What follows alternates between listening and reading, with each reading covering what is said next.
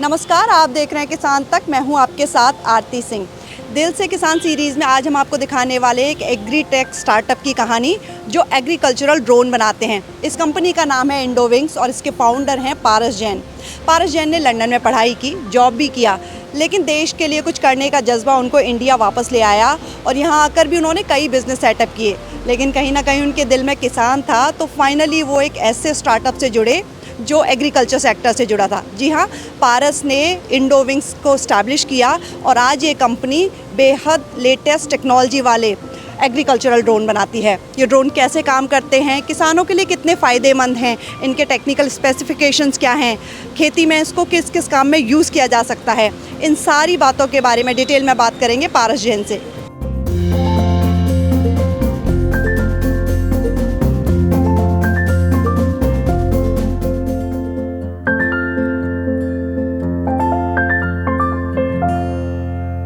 तो फाइनली हम एक फील्ड में आ गए हैं। यहाँ पे हम इस एग्रीकल्चरल ड्रोन का डेमो देखेंगे और इंडोविंग्स के फाउंडर मिस्टर पारस जैन हमारे साथ हैं। सबसे पहले तो thank you so much for giving us time. Welcome to Kisan Tak. नहीं, माय प्लेजर। बहुत अच्छा लगा मुझे आपने इस डेमोन्स्ट्रेशन के लिए इनवाइट किया। यहाँ पे हम लोग आपको किसी भी तरह का एक एग्रीकल्चरल ड्रोन और उससे रिलेटेड जो टेक्नोलॉजीज़ हैं उसके बारे में आज मैं आपको बताना चाहूँगा। पहले एक बार एक बेसिक तरीके से कैसे एग्रीकल्चरल स्प्रेइंग ड्रोन काम करता है और जो आप हमारे सामने ई सीरीज़ का ड्रोन देख रहे हैं उसके बारे में थोड़ी स्पेसिफिकेशंस बताना चाहूँगा एंड फिर हम इसकी फ़्लाइट लेंगे सो दैट आप इसको वर्किंग में आते हुए देख सकें। सो ये जो ड्रोन है ये 20 लीटर्स और 30 लीटर्स दो कैपेसिटीज़ के अंदर आता है। इसका मतलब है कि हम एक बार में इसकी टैंक को फिल करके इससे 20 लीटर या 30 लीटर तक भी हम लोग कोई भी केमिकल या फर्टिलाइज़र या फिर यूरिया, नैनो यूरिया स्प्रे कर सकते हैं। एक बार में सिंगल फ्लाइट के अंदर ये लगभग 2.5 से 3 एकड़ तक का एरिया ईजीली कवर कर सकता है। एंड आप इसके अंदर जो देख रहे हैं ये सेंट्रीफ्यूगल मिस्ट नोजल टेक्नोलॉजी पे काम करता है। हमारे पास दो तरह के ऑप्शंस होते हैं इसके अंदर। कोई भी एक छोटी हाइट का जो क्रॉप होता है उसको स्प्रे करने के लिए आप एक प्रेशर नोजल से भी यूज़ कर सकते हैं। बट अगर हम किसी भी तरह के बागों की बात करें या सिट्रस की बात करें या कुछ ऐसे चीज़ों की बात करें जो पेड़ पे उगते हैं, उसके लिए centrifugal mist nozzle technology is a must. ये टेक्नोलॉजी किस तरह से काम करती है कि ये वेरिएबल ड्रॉपलेट साइज़ पे काम करती है। 20 माइक्रोन से लेके 400 माइक्रोन्स तक की आप इसमें ड्रॉपलेट को साइज़ को ऑटोमेटिकली चेंज कर सकते हैं। प्लस ये किसी भी तरह के क्रॉप को उसके लीव्स को ऊपर और नीचे दोनों तरफ से कवर करता है। तो इस वजह से ये this is one of the finest drones that you will see, जिसका हम डेमोन्स्ट्रेशन आज दिखाएंगे आपको। इसके पार्ट्स के बारे में भी आप एक्सप्लेन करेंगे एक बार? बस मैं स्पेयर को समझ पा रही हूँ और इसके ये विंग्स को, बाकी इसका ये क्या क्या पार्ट्स हैं इसमें? श्योर। इसमें आप देखेंगे कि ये जो है हमारी ये स्वैपेबल बैटरी है, स्मार्ट बैटरी कहलाते हैं, कहते हैं हम इसी को। इसमें ये हम मीटर तक भी है, आप देख सकते हैं कितने % बैटरी चार्ज है, कितने % इसमें बची है और हम जो है इस बैटरी को कितना टाइम लगेगा पूरा ख़त्म होने में। साथ में आप जो टैंक देख रहे हैं ये टैंक भी डिटैचेबल टैंक है। इस टैंक को हम लोग निकाल भी सकते हैं और फिर वापस मल्टीपल टैंक्स हम एक बार में रखें और मल्टीपल बैटरीज रखें तो हम पूरे दिन नॉन स्टॉप ऑपरेशन कर सकते हैं इससे। तो ये नहीं है कि टैंक फिक्स है और इसको ड्रोन को लाना पड़ेगा, यहाँ पे पानी की ज़रूरत है। आप किसी भी जगह से टैंक्स को फिल करके ला सकते हैं और वापस इससे ऑपरेशन कर सकते हैं। ओके, और ये सब पार्ट्स क्या हैं? ये तो 2 स्प्रेयर हैं शायद। जी जी, ये पीछे जो आप देख रहे हैं 2 स्प्रेयर्स हैं, साथ में इसकी बैटरी और टैंक के अलावा इसमें हमारा टेरेन फॉलोइंग रडार फीचर भी इंटीग्रेटेड है, जो कि आप नीचे की तरफ देख सकते हैं। अच्छा, टेरेन रडार फीचर क्या है? जी, टेरेन फॉलोइंग रडार फीचर है, जिससे कि इसके सामने कोई भी तरह का टेरेन ऊपर जाए या नीचे जाए, हिल जाए, ये उसको आराम से 80 डिग्रीज तक के स्लोप पे क्लाइंब कर सकता है। तो हम इसको पहाड़ों में भी यूज़ कर सकते हैं। प्लस इस सेम ड्रोन को हम लोग किसी भी तरह के स्प्रेइंग ऑपरेशन के बाद में एक हिल से दूसरे हिल तक कुछ सामान भेजने के लिए भी यूज़ में ले सकते हैं। तो मल्टीपर्पज़ ड्रोन। ओके, तो एग्रीकल्चर के साथ साथ अगर कुछ सामान भी आपको ट्रांसपोर्ट करना है तो उसमें भी ये ड्रोन यूज़ हो सकता है। और आप इसके यूसेज के बारे में बता रहे थे कि ये ड्रोन वहाँ भी पहुँच जाता है जहाँ पे कोई इंसान नहीं पहुँच सकता, तो वो क्या इसका एक क्वालिटी है? देखिए, सिंस ये एरियल स्प्रेइंग करता है और इसकी पेनिट्रेशन जो है किसी भी प्लांट के ऊपर से लेके नीचे तक हर पार्ट पे और हर लीफ पे होती है। तो कुछ तरह के ऐसे क्रॉप्स होते हैं जो हर जगह विच आर इनएक्सेसिबल, जो बहुत डेंस होते हैं, आपस में बहुत ज़्यादा पास होते हैं, वहाँ पे एक मैनुअल तरीके से स्प्रे नहीं किया जा सकता। तो उस तरह के क्रॉप्स को ये बहुत ही ज़्यादा प्रिसीजन तरीके से स्प्रे करता है और उसको 360 डिग्री कवरेज देता है। ये जो आप देख रहे हैं आपके सामने, ये ई सीरीज़ का ड्रोन है। इसमें हमारे पास में एक एस सीरीज़ का वेरिएंट भी जो है हम लोग मैन्युफैक्चर करते हैं, जिसके अंदर सेंसर फ्यूजन टेक्नोलॉजी का हम लोग यूज़ करते हैं। अच्छा, तो सेंसर फ्यूज़न टेक्नोलॉजी क्या है? सेंसर फ्यूजन टेक्नोलॉजी की मदद से हम एक अलग अलग एनवायरनमेंट में ड्रोन को फ्लाई कर सकते हैं। ज़रूरी नहीं है कि उस टाइम पे ड्रोन हमारे सामने विजिबल हो। हम जीपीएस डिनाइड एनवायरनमेंट में भी sensor fusion vision based navigation technology से ड्रोन को कंट्रोल कर सकते हैं। ओके ओके, कुछ और बातें भी आपसे पूछूंगी, लेकिन उससे पहले अंधेरा हो और इसका एक लाइव डेमो देख लेते हैं कि एग्जैक्टली ये ड्रोन कैसे फ्लाई करेगा। मैं देख रही हूँ काफ़ी बड़ा लग रहा है ड्रोन, शायद 50 केजी के अराउंड होगा, राइट? जी, इसका ऑल ऑफ वेट 46 किलोग्राम्स तक जाता है। ओके ओके, परफेक्ट आपने गेस किया। तो ओके, तो एक बार इसका लाइव डेमो देख लेते हैं।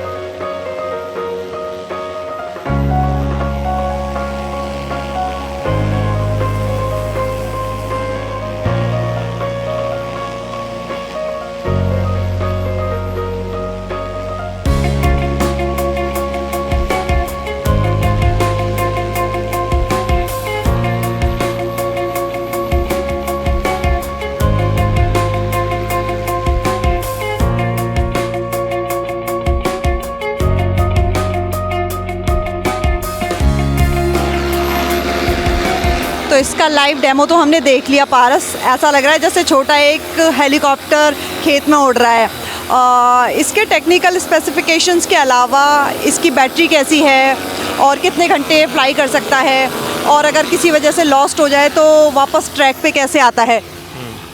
देखिए, इसके अंदर सारे फीचर्स जो हैं वो फुली ऑटोनमस और एआई इनेबल्ड फीचर्स हैं।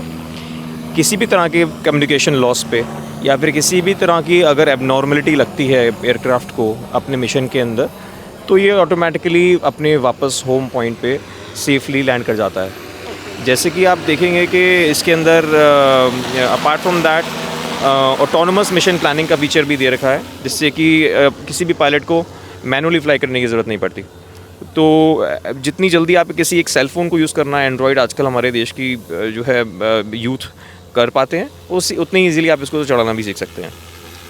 ओके ओके, और कहाँ कहाँ इसका यूज़ हो सकता है? प्लेन फील्ड्स में हो सकता है, पहाड़ों पे, बाग में, कहाँ कहाँ इसके यूसेज क्या हैं? देखिए, अपार्ट फ्रॉम जो लो हाइट के क्रॉप्स होते हैं, इसके अलावा हम इस ड्रोन को जैसे कि सिट्रस हो गए, बनाना, आपका कोकोनट, कॉटन, योर टोबैको, इसके अलावा ऑरेंजेस, कीवीज़, इस किसी भी तरह के हम प्लांट के ऊपर कर सकते हैं।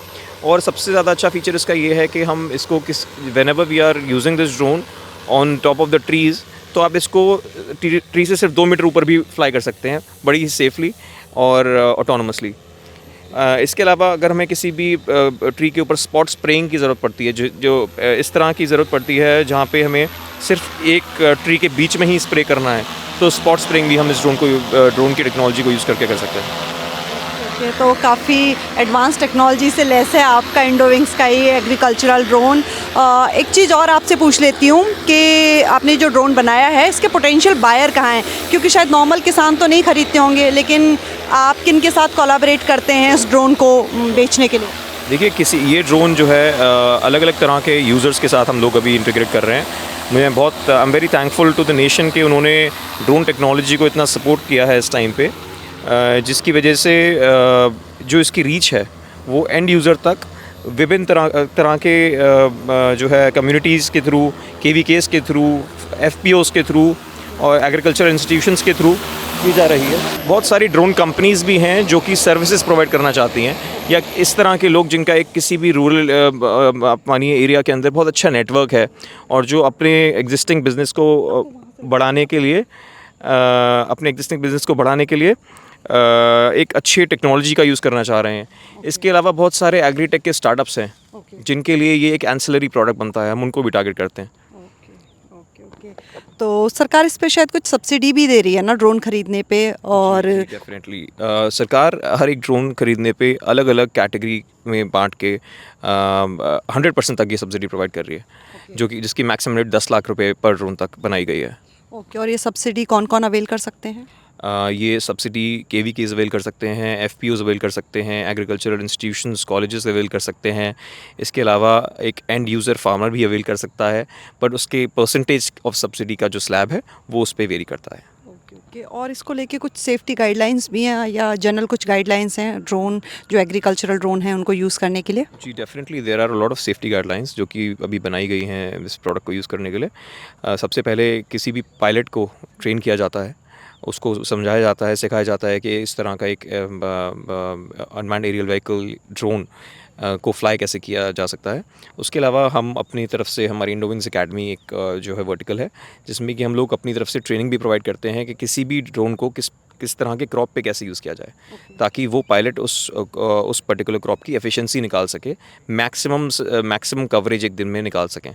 एक चीज़ और जनरल पूछना चाहूँगी, इतनी कम एज में आप एक सक्सेसफुल एंटरप्रेन्योर बन गए हैं, आपने पढ़ाई की बाहर, तो क्या बचपन में बहुत रिमोट कंट्रोल वाली कारें चलाते थे या हेलीकॉप्टर्स उड़ाते थे? ये आइडिया कहाँ से आया कि एग्रीकल्चर सेक्टर में जाना है और उसमें भी ड्रोन बनाने हैं, तो एग्रीकल्चर ड्रोन बनाने हैं? नहीं, बिल्कुल हमेशा से मैं I always been a technocrat and मुझे बड़ा शौक था हमेशा से रिमोट कंट्रोल जो है व्हीकल्स को यूज़ करने में, प्लेन्स उड़ाने के लिए।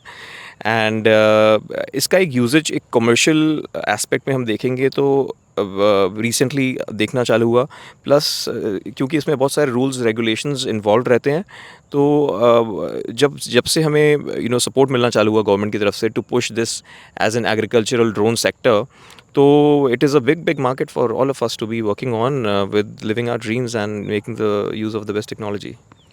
ओके, और वैसे भी शायद किसान जितना ज़्यादा टेक्नोलॉजी की तरफ जाएंगे, ये पूरा सेक्टर उतना ही ऑर्गेनाइज्ड रहेगा, और जब ऑर्गेनाइज ज़्यादा रहेगा, ज़्यादा टेक्नोलॉजी होगी, तो कहीं ना कहीं जो किसानों को भी फ़ायदा होगा और उनकी भी इनकम बढ़ेगी। डेफिनेटली इनकम बढ़ाने के अलावा ये किसी भी किसान की हेल्थ को जो है सेव करता है, जो कि अभी भी नॉर्मल ट्रेडिशनल तरह के स्प्रेयर से जो उनकी हेल्थ को इफेक्ट होता है उसको सबसे पहले एलिमिनेट करता है। प्लस ये जो यंग जनरेशन है, जो किसान लोग के जो नई जनरेशन है which want to use the best of technology अपने क्षेत्र में काम करने के लिए, तो उनके लिए बहुत एक अच्छा साधन है। ये बात आपने बिल्कुल ठीक कही, और कई बार इतने हार्मफुल पेस्टिसाइड्स और केमिकल्स होते हैं जो स्प्रे किए जाते हैं और जिनको मैनुअली करते हैं, तो कई बार लोग तो उतना जो बेसिक प्रिकॉशन है उनको भी नहीं यूज़ करते, जो बेसिक गाइडलाइंस हैं। ये तो काफ़ी एक एडवांस लेवल तो है ही, साथ में उनकी सेफ्टी के लिए भी अच्छा एक मोड है। एक चीज़ और भी पूछ सकती हूँ, लगभग कितनी कॉस्ट आती है एक एग्रीकल्चरल ड्रोन में बनाने में? जानती हूँ प्राइस वेरी करता होगा, बट एक रेंज कितने से शुरू होती है और कितने तक जाती है इनकी कीमत? देखिए, एक अच्छे एग्रीकल्चरल ड्रोन की अगर हम बात करें तो उसकी कीमत आप समझिए लगभग 7 लाख रुपए से लेके स्टार्ट हो जाती है। एंड उसमें जिस तरह से हम लोग फीचर्स और कैपेबिलिटीज़ और सेंसर्स का इंटीग्रेशन होता है, उसकी कैपेसिटी के इंटीग्रेशन होता है, तो there is no limit to the maximum price of the drone. However for an agriculture drone, a good agriculture drone can vary a price from somewhere around 7 lakh rupees up till 20 lakh rupees. Okay okay. और अच्छा लगा आपसे मिलके, आपसे बात करके। इतना अच्छा इसका हमने लाइव डेमो देखा। मुझे पता है आप एग्रीकल्चर ड्रोन के अलावा साइबर ड्रोन और भी कई सारी इंडस्ट्रीज़ के लिए आप ड्रोन बना रहे हैं, बट एग्रीकल्चरल ड्रोन खास तौर पे जो आपने दिखाया उसका पूरा डेमो वो काफ़ी अच्छा है। And we wish you all the best. हमसे बात की, इस डेमो के लिए टाइम निकाला है, इसके लिए thank you. Thank you very much for coming over to our facility, and we look forward to be serving this nation with the best of agriculture technologies. ठीक है, आपके थॉट्स भी बहुत अच्छे हैं और यही हम उम्मीद करते हैं कि जो स्टार्टअप में नए यंगस्टर्स आ रहे हैं उनके दिल में भी एक ये बात रहे कि हाँ, हमको खेती के लिए, किसानी के लिए, एग्रीकल्चर फील्ड के लिए कुछ करना है। तो यंगस्टर्स जो हैं वो टेक्नोलॉजी का यूज़ कर रहे हैं फार्मिंग में, ताकि इस सेक्टर को ज़्यादा से ज़्यादा फ़ायदा पहुँचे। अगली स्टार्टअप सीरीज़ में फिर हम आपको दिखाएंगे किसी एक नई एग्री टेक स्टार्टअप कंपनी की स्टोरी। खेती किसानी से जुड़ी ऐसी तमाम खबरों के लिए आप बने रहिए किसान तक के साथ।